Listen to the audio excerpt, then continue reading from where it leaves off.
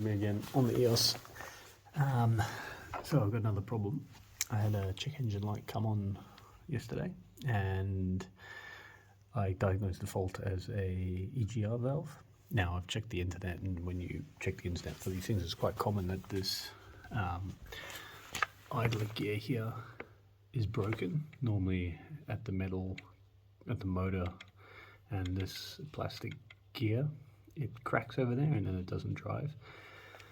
Now mine looked really good and I was like, oh okay, maybe it's just intermittent or something, but you can see here there's a little bit too much play and this gear isn't moving. So when I pulled it off, I don't know if you can see it there, the gear,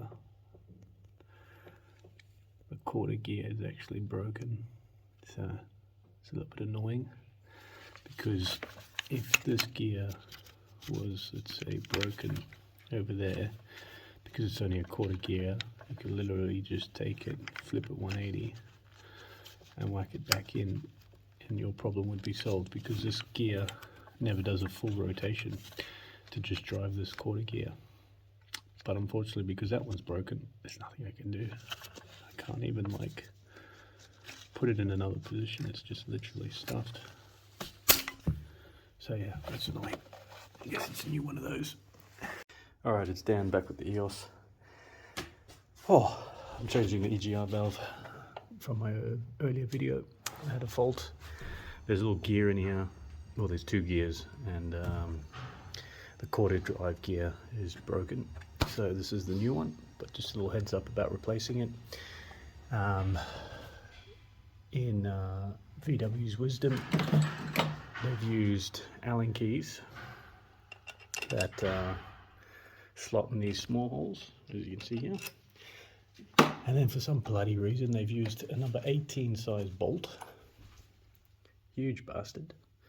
That slots in the big hole down the bottom. Normally it's always like a 13, 17, but fuck, 18, damn it. To get it, it's not too bad. You just reach around the back. I've got an 18 here with a extension, and yeah, you just get it from this angle here. It comes out fairly straightforward. The rest of it's, yeah, you just got a radiator hose there.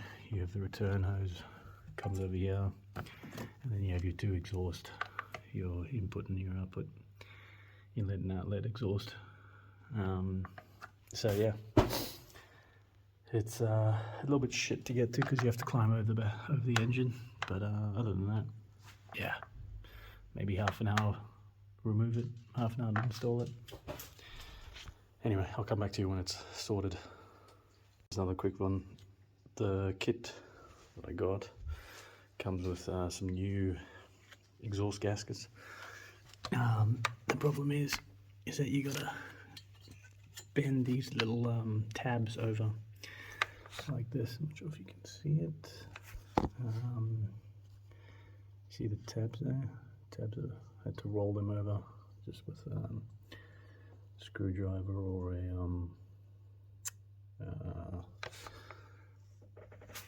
I forgot the name of it.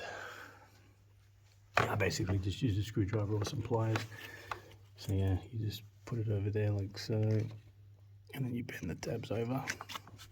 Eventually you want to end up with something like this. See, the tabs are bent over.